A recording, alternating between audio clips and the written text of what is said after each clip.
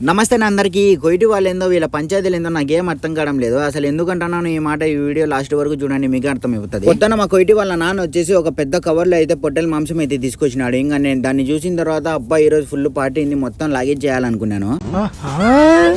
వంట చేయడానికి బయట నుంచి మన ఆంధ్ర ఆమెను అయితే పిలిపించినారు వీళ్ళు. ఎందుకంటే ఇక్కడున్న పిలిపినికి వచ్చేసి మజ్బూసు అది ఏందో అంటారు ఇక్కడ అరబిక్ స్టైల్లో, వాళ్ళ అది చేయడం రాదు ఆమెకు. అందుకోసం మన ఆంధ్ర ఆమెను అయితే తీసుకొచ్చినారు. ఇంకా నేను పొద్దున్న మాంసం ఇంట్లో ఇచ్చేసిన తర్వాత నేనైతే డ్యూటీకి అయితే వెళ్ళిపోయినాను. డ్యూటీకి వెళ్ళిన తర్వాత పోయే లోపల సాయంత్రం మొత్తం రెడీ అయిపోతుంది, ఫుల్గా తినాలా ఎంజాయ్ చేయాలనుకునే లోపల రాజు అయితే బండి రివర్స్ పెట్టి డోర్ వెనకాల డిపో ఓపెన్ చేసి పెట్టాడు. ప్లేట్లు, వాటర్ బాటిల్, అన్నము, సామాన్లు అన్ని బండ్లో అయితే పెడుతున్నారు రాజు. ఎందుకు రాజు బండ్లో అన్ని సామాన్లు పెడతాను, ఎక్కడికి పోతాను అని చెప్తే అరే మనం మోసపోయినాం అన్నాడు. ఎందుకు రాజు ఏమైందంటే పార్టీ మన ఇంట్లో కాదంటారా, ఎడారిలో అంటారా సామి అని చెప్పినాను. నాకు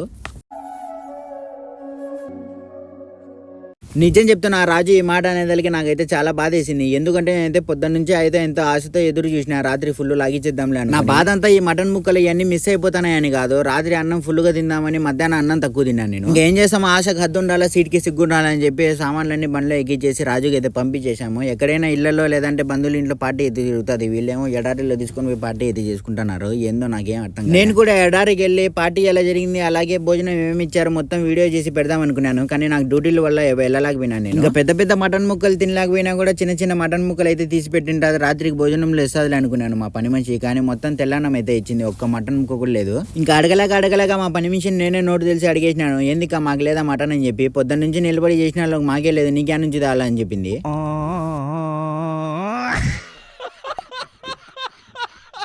ఇంకా ఏం చేద్దాము, ఇట్లాంటి పంచాయతీలు ఏదో జరుగుతాయని నాకు ఇచ్చిన మధ్యాహ్నం చికెన్ అయితే మిగిలిచి పెట్టినాను, రాత్రికి ఏదో ఒక పనికి వస్తుంది అని చెప్పి. ఏదో ఒక రోజు ఈ చికెన్ తిని చచ్చిపోయేలాగా ఉన్నాము. చూసారు కదా, వీడియో ఎలా అనిపించిందో లైక్ చేసి ఇంకా మరిన్ని వీడియోస్ కోసం మన ఛానల్ని ప్లీజ్ సబ్స్క్రైబ్ చేసుకోండి.